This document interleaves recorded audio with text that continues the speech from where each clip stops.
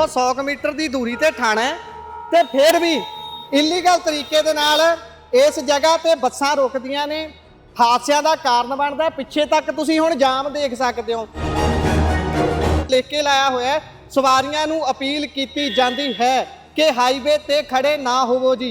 सारियां बसां bus stand ते रोके जाणगियां, पर ये बस स्टैंड है, एक बारी निगाह मार लो कि ये बस स्टैंड है। हाँ ठेका कादा ਇਹਦਾ ਅੱਡੇ ਦਾ ਫਿਰ ਬੱਸ ਹੁਣ ਉੱਥੇ ਜਸਵਾਰੀ ਉੱਥੇ ਚੱਲ ਜਾ, ਇਹਦਾ ਹੁਣ ਪ੍ਰਸ਼ਾਸਨ ਨੂੰ ਚਾਹੀਦਾ ਨਾ, ਉਹਨਾਂ ਨੇ ਕਰਵਾਉਣੀ ਹੈ ਉੱਥੇ। ਬਿਲਕੁਲ, ਤੁਸੀਂ ਨਾਮ ਨਹੀਂ ਦੱਸਿਆ ਕੌਣ ਹੈ, ਕਿਹਨਾਂ ਕੀ ਨਾਮ ਹੈ ਜਿਨ੍ਹਾਂ ਤੋਂ ਠੇਕਾ ਹੈ ਜਾਂ ਭਾਜੀ ਇੱਥੇ ਹੁਣ ਆਪਾਂ ਤੁਹਾਨੂੰ ਮਿਲਾ ਦਿੰਦੇ ਭਾਜੀ ਨੂੰ ਇੱਥੇ ਹੀ। ਭਾਜੀ ਵੀ ਨਾਲ ਹੀ ਤੁਹਾਡੇ? ਆ ਗਿਆ ਹਾਂਜੀ ਭਾਈ ਦੱਸਿਓ ਕੁਛ, ਕੀ ਨਾਮ ਹੈ ਜੀ? ਗੌਰਵ ਕੁਮਾਰ ਲਾਲਾ। ਗੌਰਵ ਕੁਮਾਰ ਲਾਲਾ। ਅੱਛਾ, ਕਿੱਥੋਂ ਨੇ ਉਹ? ਸਨੌਰੇ ਤੋਂ।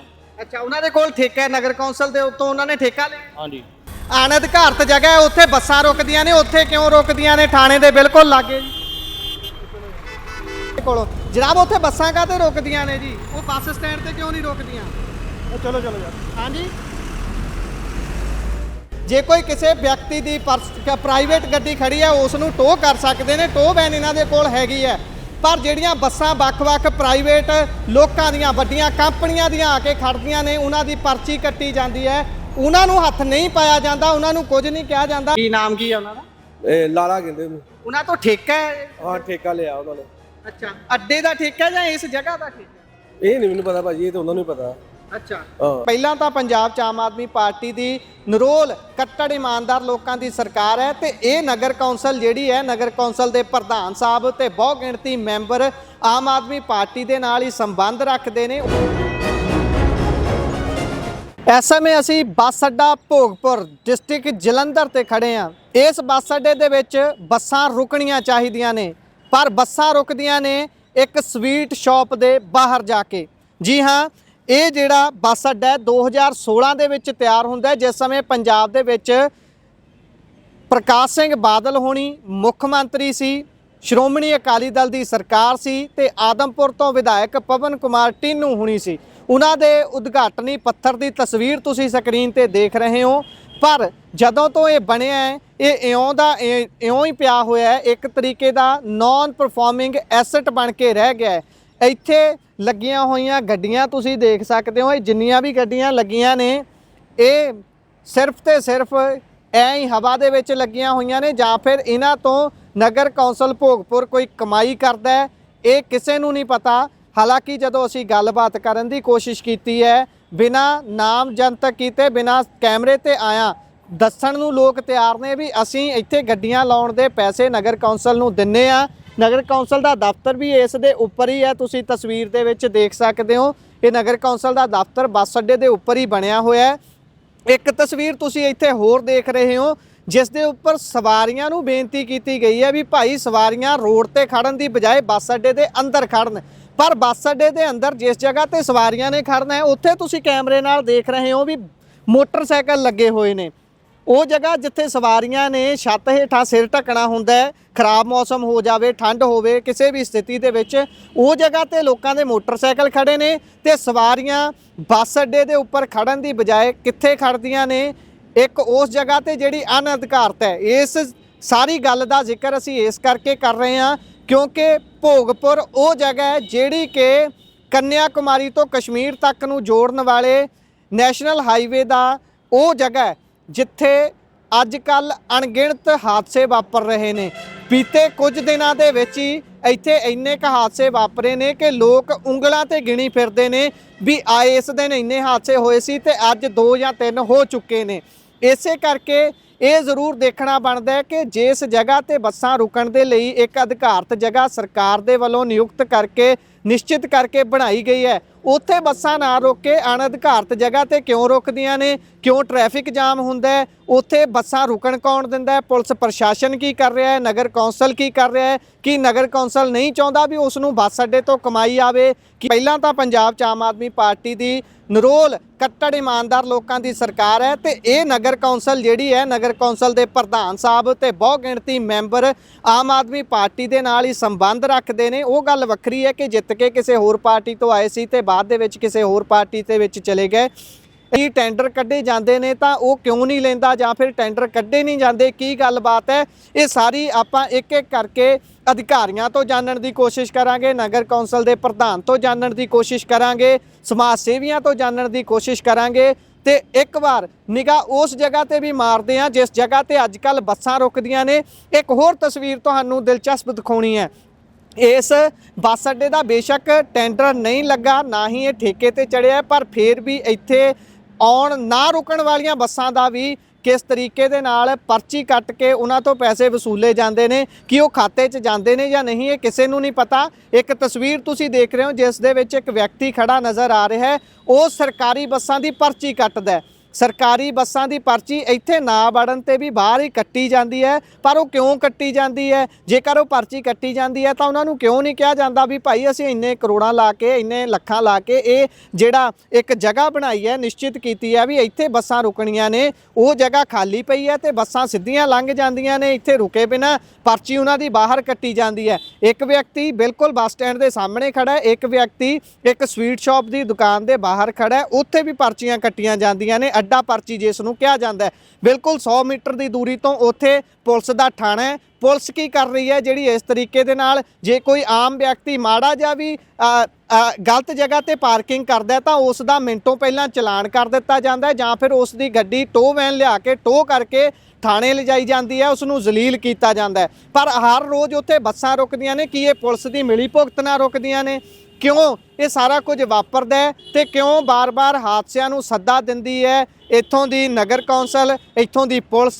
ਕਿਸ ਦੀ ਇਹ ਸ਼ੈ ਹੈ? ਸਾਰੀ ਜਾਣਨ ਦੀ ਕੋਸ਼ਿਸ਼ ਕਰਦੇ ਹਾਂ। ਹੁਣ ਤੁਹਾਨੂੰ ਤਸਵੀਰ ਵਿਖਾਵਾਂਗੇ ਉਸ ਜਗ੍ਹਾ ਤੋਂ ਜਿੱਥੇ ਬੱਸਾਂ ਅੱਡੇ 'ਚ ਰੁਕਣ ਦੀ ਬਜਾਏ ਜਾ ਕੇ ਰੁਕਦੀਆਂ ਨੇ। ਚੀਜ਼ ਦਿਖਾਇਓ ਕਿਹੜੀ ਕਰਦੇ, ਇਹਦੀ ਫੋਟੋ ਖਿੱਚ ਲਾ,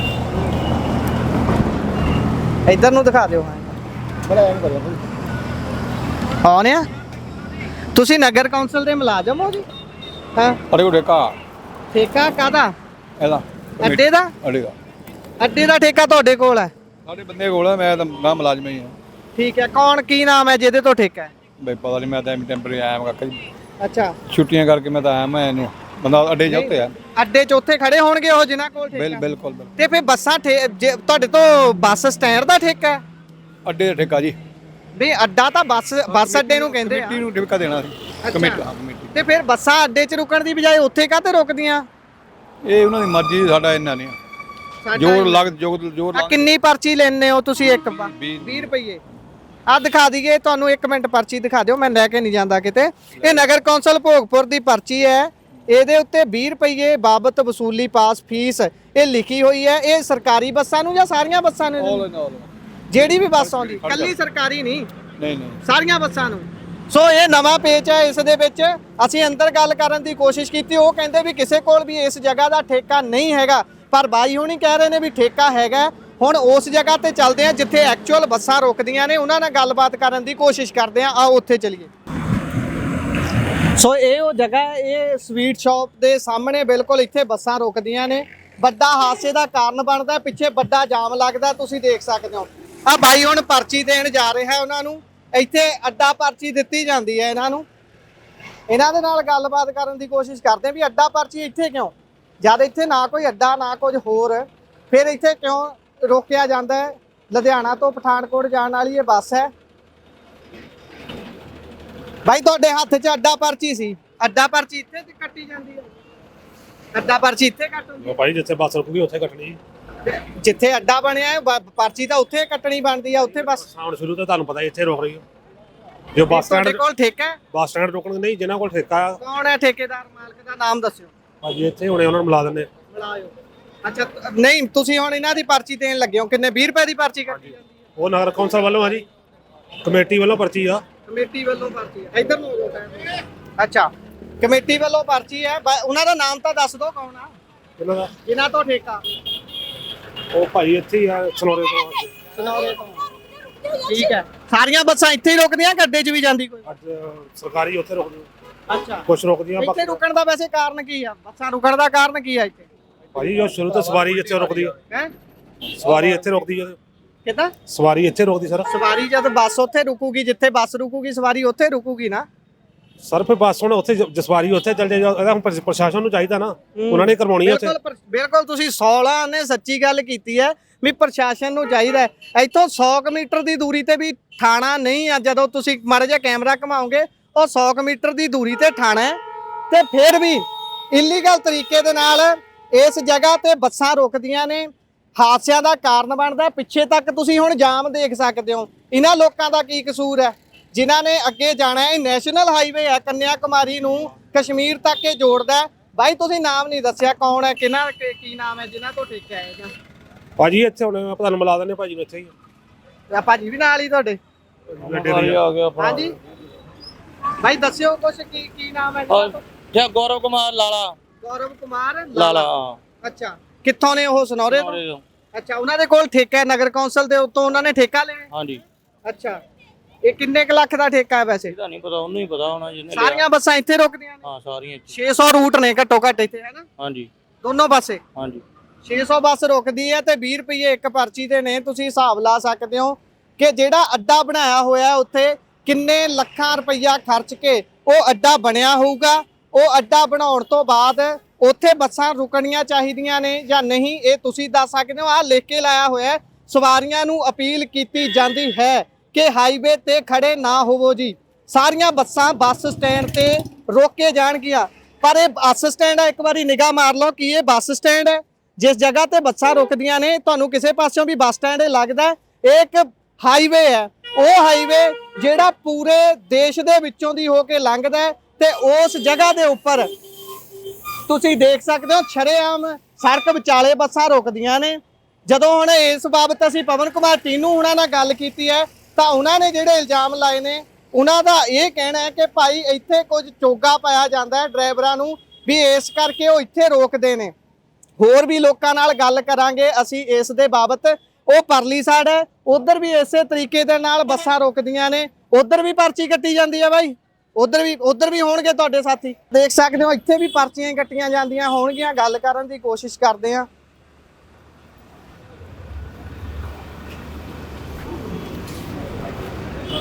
ਆ ਜਾ ਭਾਈ, ਤੁਸੀਂ ਇੱਥੇ ਅੱਡਾ ਪਰਚੀ ਕੱਟਦੇ ਹੋ? ਨਹੀਂ ਭਾਜੀ, ਹੈ ਇੱਥੇ ਉਹ ਪਰਚੀ ਵਾਲੇ ਦੂਜੇ ਕੌਣ ਨੇ ਦਿਖਾਓ ਮਾੜਾ। ਉਹ ਜਿਹੜੇ ਕਿੱਥੇ ਲਾਲੇ ਹੁਣੇ, ਉਹ ਪਰਲੇ ਪਾਸੇ ਹੁਣੇ ਆ ਮੁੰਡਾ।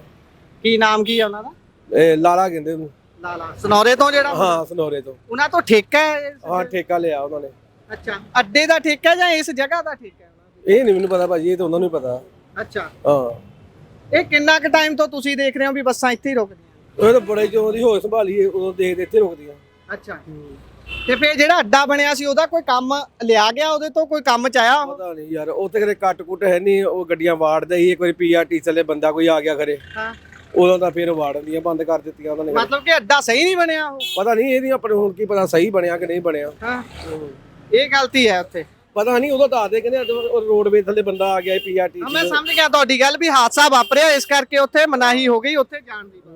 ਠੀਕ ਹੈ, ਇਹ ਇਹਨਾਂ ਦਾ ਪੱਖ ਹੈ। ਜਿਹੜੇ ਬਾਈ ਹੁਣੀ ਇੱਥੇ ਮੌਜੂਦ ਰਹਿੰਦੇ ਨੇ, ਹੁਣ ਗੱਲਬਾਤ ਕਰਨ ਦੀ ਕੋਸ਼ਿਸ਼ ਕੀਤੀ। ਲਾਲਾ ਨਾਮ ਦੱਸਦੇ ਨੇ ਬਾਈ ਦਾ, ਪਤਾ ਨਹੀਂ ਨਾ ਉਹ ਕਿੱਥੇ ਹੋਣਗੇ। ਵੈਸੇ ਇਹ ਅਣਅਧਿਕਾਰਤ ਜਗ੍ਹਾ ਹੈ, ਅਣਅਧਿਕਾਰਤ ਬੱਸਾਂ ਰੁਕਦੀਆਂ ਨੇ। ਪਹਿਲੇ ਨੰਬਰ ਤੇ ਤਾਂ 100 ਮੀਟਰ ਤੇ ਵੀ ਥਾਣਾ ਨਹੀਂ ਹੈ। ਇੱਥੋਂ ਥਾਣੇ ਵਾਲੇ ਸ਼ਾਇਦ ਸੁੱਤੇ ਨੇ, ਸ਼ਾਇਦ ਉਹਨਾਂ ਨੂੰ ਚੋਰ ਫੜਨ ਦੇ ਵਿੱਚ ਉਹਨਾਂ ਦੇ ਵਿਅਸਤ ਹੋਣਗੇ ਜਾਂ ਹੋਰ ਲੋਕਾਂ ਨੂੰ ਫੜਨ ਦੇ ਵਿੱਚ ਵਿਅਸਤ ਹੋਣਗੇ, ਜਾਂ ਇੱਥੇ ਜਦੋਂ ਇੱਕ ਵੀ ਗੱਡੀ ਸਾਈਡ ਤੇ ਲੱਗਦੀ ਹੈ, ਹੁਣ ਵੀ ਦੇਖ ਸਕਦੇ ਹੋ ਵੈਸੇ ਕਾਫੀ ਲੱਗੀਆਂ ਨੇ। ਕਿਸੇ ਦਿਨ ਪ੍ਰਸ਼ਾਸਨ ਨੂੰ ਸੁਰਤ ਆਉਂਦੀ ਹੈ, ਫਿਰ ਗੱਡੀਆਂ ਟੋਹ ਵੈਨਾਂ ਨਾਲ ਚੱਕਣੀਆਂ ਸ਼ੁਰੂ ਕਰ ਦਿੰਦੇ ਨੇ। ਪਰ ਇਹਨਾਂ ਬੱਸਾਂ ਦਾ ਚਲਾਨ ਕੌਣ ਕਰੂ ਜਿਹੜਾ ਇਸ ਤਰੀਕੇ ਦੇ ਨਾਲ ਐਡਾ ਜਾਮ ਲਾਉਂਦੇ ਨੇ? ਇਸ ਜਗ੍ਹਾ ਦਾ ਜਿਸ ਵਿਅਕਤੀ ਤੋਂ ਠੇਕਾ ਹੈ, ਕਿ ਉਸ ਤੇ ਕਦੀ ਕਾਰਵਾਈ ਹੋਈ ਹੈ, ਕਿ ਕਦੀ ਉਸ ਨੂੰ ਪੁੱਛਿਆ ਗਿਆ ਵੀ ਭਾਈ ਇਸ ਤਰੀਕੇ ਦੇ ਨਾਲ ਇਲੀਗਲ ਜਗ੍ਹਾ, ਤੁਸੀਂ ਇੱਥੇ ਬੱਸ ਨਹੀਂ ਰੋਕ ਸਕਦੇ? ਪਰਲੇ ਬੰਨੇ ਵੀ ਇਸੇ ਤਰੀਕੇ ਦੇ ਨਾਲ ਜਾਮ ਲੱਗਦਾ। ਹੁਣ ਦੇਖ ਸਕਦੇ ਹੋ ਪਿੱਛੇ ਤੱਕ ਜਾਮ ਲੱਗਿਆ ਹੋਇਆ, ਇੱਧਰ ਵੀ ਤੁਹਾਨੂੰ ਦਿਖਾ ਦਿੰਨੇ ਆ, ਇੱਧਰ ਵੀ ਇਸੇ ਤਰੀਕੇ ਦੇ ਨਾਲ ਜਾਮ ਲੱਗਿਆ ਹੋਇਆ। ਇਸ ਦੇ ਲਈ ਜ਼ਿੰਮੇਵਾਰ ਕੌਣ ਹੈ? ਆ ਪਿੱਛੇ ਤੱਕ ਤੁਸੀਂ ਮੇਰੇ ਲੱਗਾ ਹੋਇਆ ਜਾਮ ਦੇਖ ਸਕਦੇ ਹੋ। ਪੁਲਿਸ ਮੁਲਾਜ਼ਮ ਆਪਣੀ ਟੋਹ ਵੈਨ ਸਾਈਡ ਤੇ ਲਾ ਕੇ ਇਸ ਸਮੇਂ ਟ੍ਰੈਫਿਕ ਨੂੰ ਕੰਟਰੋਲ ਕਰ ਰਹੇ ਨੇ। ਉਹਨਾਂ ਤੋਂ ਪੁੱਛਦੇ ਆ ਵੀ ਇੱਥੇ ਇੰਨੀ ਟ੍ਰੈਫਿਕ ਦਾ ਕਾਰਨ ਮੁੱਖ ਤੌਰ ਤੇ ਉਹ ਕਿਹੜੀ ਚੀਜ਼ ਨੂੰ ਮੰਨਦੇ ਨੇ। ਆ ਮੁਲਾਜ਼ਮ ਇੱਥੇ ਖੜੇ ਟ੍ਰੈਫਿਕ ਨੂੰ ਕੰਟਰੋਲ ਕਰਦੇ ਨਜ਼ਰ ਆ ਰਹੇ ਨੇ। ਉਧਰ ਵੀ ਮੁਲਾਜ਼ਮ ਖੜੇ ਨੇ। ਬਾਈ ਜੀ ਸਤਿ ਸ਼੍ਰੀ ਅਕਾਲ ਜੀ। ਇੱਥੇ ਮੁੱਖ ਕਾਰਨ ਕੀ ਹੈ ਜੀ ਟ੍ਰੈਫਿਕ ਦਾ? ਕੀ ਲੱਗਦਾ ਤੁਹਾਨੂੰ? ਕਾਰਨ ਇਹ ਆ ਵੀ ਚੌਂਕ ਪੈਂਦਾ, ਕ੍ਰੋਸਿੰਗ ਆ, ਹਰ ਪਾਸੇ ਟ੍ਰੈਫਿਕ ਆਉਂਦੀ ਹੈ। ਤੇ ਆਹ ਵਾਲੇ ਰੋਡ ਤੇ ਇੰਨੀ ਜ਼ਿਆਦਾ ਟ੍ਰੈਫਿਕ ਕਿਉਂ ਹੁੰਦੀ ਹੈ ਜੀ? ਟ੍ਰੈਫਿਕ ਤਾਂ ਹੁਣੀ ਹੈ ਜੀ ਹਾਈਵੇ ਤੇ। ਨਹੀਂ ਹਾਈਵੇ ਤੇ ਜਾਮ ਲੱਗ ਜਾਂਦਾ ਹੈ। ਬਹੁਤ ਸਾਰੇ ਲੋਕ ਇਹ ਕਹਿੰਦੇ ਨੇ ਵੀ ਉੱਥੇ ਅਣਅਧਿਕਾਰਤ ਜਗ੍ਹਾ ਹੈ, ਉੱਥੇ ਬੱਸਾਂ ਰੁਕਦੀਆਂ ਨੇ, ਉੱਥੇ ਕਿਉਂ ਰੁਕਦੀਆਂ ਨੇ? ਥਾਣੇ ਦੇ ਬਿਲਕੁਲ ਲਾਗੇ ਜੀ।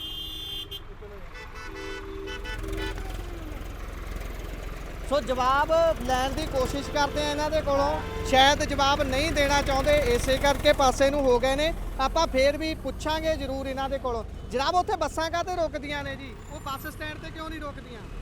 ਚਲੋ ਚਲੋ ਯਾਰ। ਹਾਂਜੀ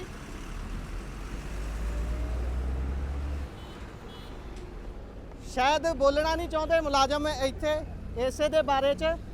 ਸ਼ਾਇਦ ਕਿਸੇ ਤਰ੍ਹਾਂ ਦੀ ਇਹਨਾਂ ਨੂੰ ਡਰ ਹੈ, ਕਿਸੇ ਤਰ੍ਹਾਂ ਦੀ ਕੋਈ ਹੋਰ ਗੱਲ ਹੈ ਵੀ ਜਦੋਂ ਇਹਨਾਂ ਨੂੰ ਬੱਸਾਂ ਬਾਰੇ ਪੁੱਛਦੇ ਆ ਵੀ ਉਸ ਜਗ੍ਹਾ ਤੇ ਬੱਸਾਂ ਕਿਉਂ ਰੁਕਦੀਆਂ ਨੇ, ਅਣਅਧਿਕਾਰਤ ਥਾਂ ਤੇ ਬੱਸਾਂ ਕਿਉਂ ਰੋਕੀਆਂ ਜਾਂਦੀਆਂ ਨੇ, ਤਾਂ ਇਹਨਾਂ ਨੇ ਇੱਕ ਵੀ ਸ਼ਬਦ ਆਪਣੇ ਮੂੰਹ ਤੋਂ ਨਹੀਂ ਆਖਿਆ। ਇਹ ਹਾਲਾਤ ਨੇ, ਉੱਦਾਂ ਟ੍ਰੈਫਿਕ ਕੰਟਰੋਲ ਕਰ ਲੈਂਦੇ ਨੇ। ਜੇ ਕੋਈ ਕਿਸੇ ਵਿਅਕਤੀ ਦੀ ਪ੍ਰਾਈਵੇਟ ਗੱਡੀ ਖੜੀ ਹੈ ਉਸ ਨੂੰ ਟੋਅ ਕਰ ਸਕਦੇ ਨੇ, ਟੋਅ ਵੈਨ ਇਹਨਾਂ ਦੇ ਕੋਲ ਹੈਗੀ ਹੈ। ਪਰ ਜਿਹੜੀਆਂ ਬੱਸਾਂ ਵੱਖ-ਵੱਖ ਪ੍ਰਾਈਵੇਟ ਲੋਕਾਂ ਦੀਆਂ, ਵੱਡੀਆਂ ਕੰਪਨੀਆਂ ਦੀਆਂ ਆ ਕੇ ਖੜਦੀਆਂ ਨੇ, ਉਹਨਾਂ ਦੀ ਪਰਚੀ ਕੱਟੀ ਜਾਂਦੀ ਹੈ, ਉਹਨਾਂ ਨੂੰ ਹੱਥ ਨਹੀਂ ਪਾਇਆ ਜਾਂਦਾ, ਉਹਨਾਂ ਨੂੰ ਕੁਝ ਨਹੀਂ ਕਿਹਾ ਜਾਂਦਾ। ਉਹ ਧੜੱਲੇ ਦੇ ਨਾਲ ਸੜਕ 'ਚ ਬੱਸਾਂ ਰੋਕ ਕੇ ਸਵਾਰੀਆਂ ਚੜਾਉਂਦੇ ਨੇ, ਜਿਹਦੇ ਕਰਕੇ ਇੱਥੇ ਹੱਥ ਦਾ ਜਾਮ ਲੱਗਦਾ। ਜਦੋਂ ਹੁਣ ਉਹਨਾਂ ਨਾਲ ਗੱਲਬਾਤ ਕਰਨ ਦੀ ਕੋਸ਼ਿਸ਼ ਕੀਤੀ ਹੈ ਤਾਂ ਉਹਨਾਂ ਨੇ ਐ ਇਗਨੋਰ ਕੀਤਾ ਜਿਵੇਂ ਅਸੀਂ ਉੱਥੇ ਮੌਜੂਦ ਹੀ ਨਹੀਂ ਹੁੰਦੇ। ਇਹ ਹਾਲਾਤ ਨੇ ਭੋਗਪੁਰ ਦੇ। ਹੁਣ ਤੁਹਾਨੂੰ ਸਮਝ ਆ ਗਈ ਹੋਊਗੀ ਵੀ ਇੱਥੇ ਇਹ ਸਥਿਤੀ ਬਣਦੀ ਕਿਉਂ ਹੈ। ਧੰਨਵਾਦ।